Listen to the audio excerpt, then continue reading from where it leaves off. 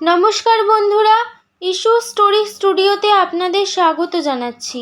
আপনাদের সামনে আমি উপস্থাপন করছি জনপ্রিয় লেখক বিমল করের লেখা ভূতের জ্বর নামক অসাধারণ হাসির ভৌতিক গল্পটি। তো চলুন বন্ধুরা, এবার শুরু করা যাক। দত্ত কাকার বাড়িতে আমরা গল্প শুনতে যেতাম। দত্ত কাকা ছিলেন রেলের গার্ড। মালগাড়ি নিয়ে গয়া, মুঘলসরাই, সাসারাম করে বেড়াতেন। কাকিমা ছিলেন শান্তশিষ্ট মানুষ, ছেলেপুলেদের বড় ভালোবাসতেন। আমরা কত রকম অত্যাচার করতাম কাকিমার ওপর। ওদের নিজের কেউ ছিল না, বাচ্চা কাচ্চাও নয়, গেলে আমরাই ছিলাম সব। একদিন খুব বর্ষা চলছে তখন। দত্ত কাকা গিয়েছিলেন সাসারাম মালগাড়ি নিয়ে, ফিরে এলেন দিন 2 পর, এক গা জ্বর নিয়ে। আমরা গেলাম দত্ত কাকাকে দেখতে। গিয়ে দেখি কাকা গা ঝাড়া দিয়ে উঠে বসলেও চোখ লালচে, গলার স্বর ভাঙা, নাক মুখ ফোলা ফোলা। দত্ত কাকা বললেন, আয় আয়।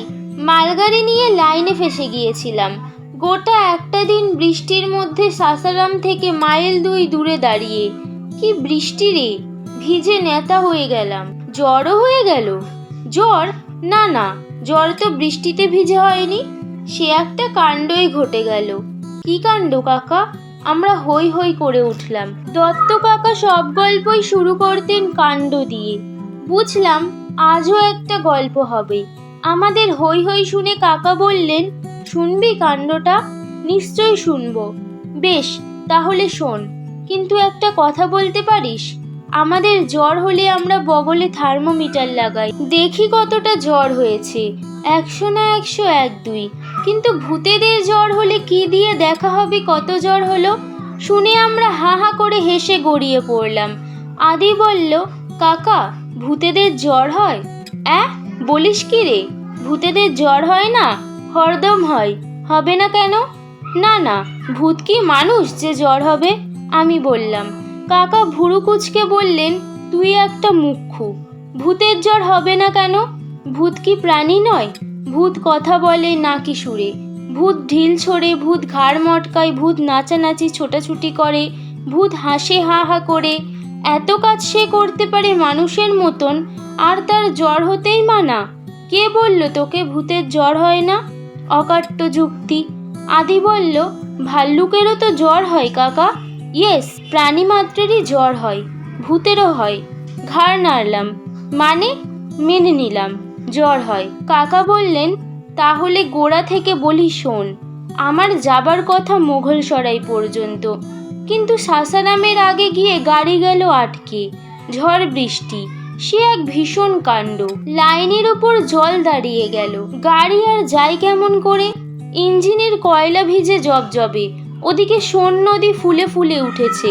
সব গাড়ি আপ ডাউন বন্ধ। কাজেই গাড়ি নিয়ে আমি রাস্তার মাঝখানে দাঁড়িয়ে পড়লাম। কাকা 2 টিপ নস্যি নিয়ে নাক ঝেড়ে নিল, হাঁচল। তারপর দত্ত কাকা বললেন, অবস্থা দেখে বুঝেছিলাম আমাদের কিছু করার নেই। লাইন থেকে জল না সরে গেলে গাড়ি চলবে না। আর চোখে একবার লাইন না দেখলে ড্রাইভারই বা কি ভরসায় গাড়ি চালাবে? আমার গাড়ির ইঞ্জিনের ড্রাইভার ছিল হায়দার, পাকা ড্রাইভার, আধ বুড়ো। ফায়ারম্যান ছিল জগদীশ, আর ছিল রবিন বলে এক ছোড়া। তা গাড়ি থেমে যাবার পর জল ভেঙে এসে হায়দার বলল, বাবু, ইঞ্জিনের বয়লারের আগুনটা আমি কোনো রকমে জ্বালিয়ে রাখবো, আমার আর কিচ্ছু করার নেই। আমি বললাম, তাই করো, তারপর ভাগ্যে যা হয় হবে। হায়দার চলে যাবার সময় বলল, আমরা 3 জন আছি, একজনকে আপনার কাছে পাঠিয়ে দেব, আর থোড়া পরে সাজ হয়ে আসবে, ফাঁকা জায়গা। আমি মাথা নাড়লাম, একলাই থাকতে পারবো। হায়দার চলে গেল। সন্ধে হবার মুখে মুখে আবার নামলো বৃষ্টি। যেমন বৃষ্টি তেমনি মেঘের ডাক, আর বিদ্যুৎ চমকাতে লাগলো আকাশে। চারিদিক কালো হয়ে গেল। তুমুল বৃষ্টি। গাছপালা, জঙ্গল, মাঠ সবই ঢেকে গেল অন্ধকার আর বৃষ্টিতে। তা ঘন্টাখানেক পরে বৃষ্টি থামলো। সন্ধেও হয়ে গিয়েছে। ব্রেক ভ্যানের মধ্যে বসে থাকতে থাকতে পাগল হবার অবস্থা।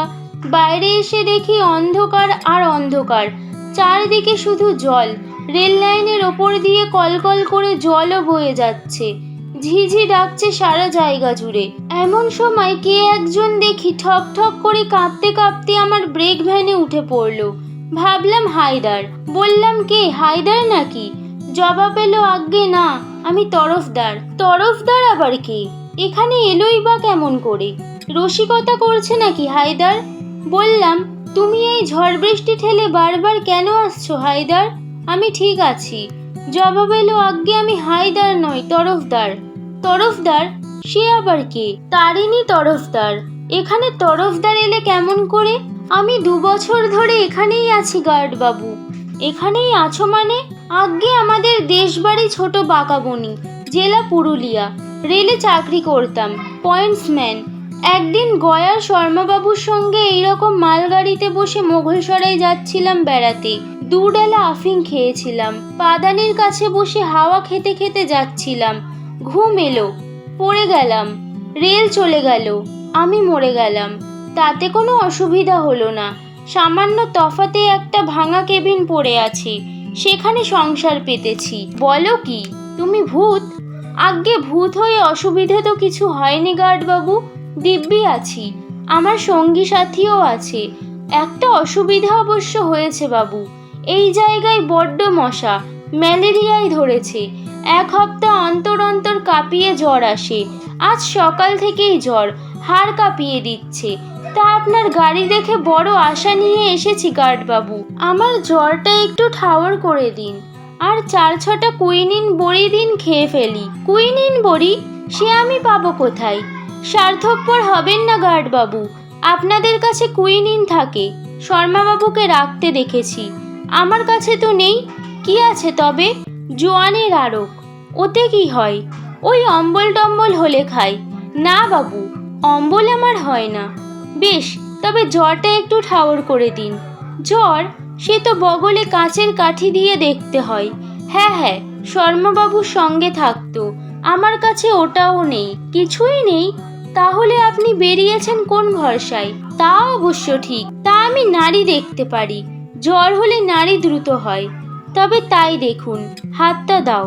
দত্ত কাকা বললেন, তোরা বিশ্বাস করবি না। নাড়ি দেখে আমি অবাক।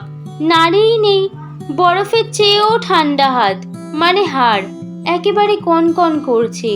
জ্বরের চিহ্ন মাত্র নেই। তা তরফদারকে বললুম, তোমার তো বাপু সবই ঠান্ডা, জ্বর কোথায়? আমার কথা শুনে তরফদার হেসে উঠল। কি হাসি! বলল কি জানো? বলল, ভূতেদের জ্বর ঠান্ডার দিকে, আর মানুষের জ্বর গরমের দিকে। মানে আমাদের যত গা গরম হবে তত জ্বর, ভূতেদের বেলায় একেবারে উল্টো।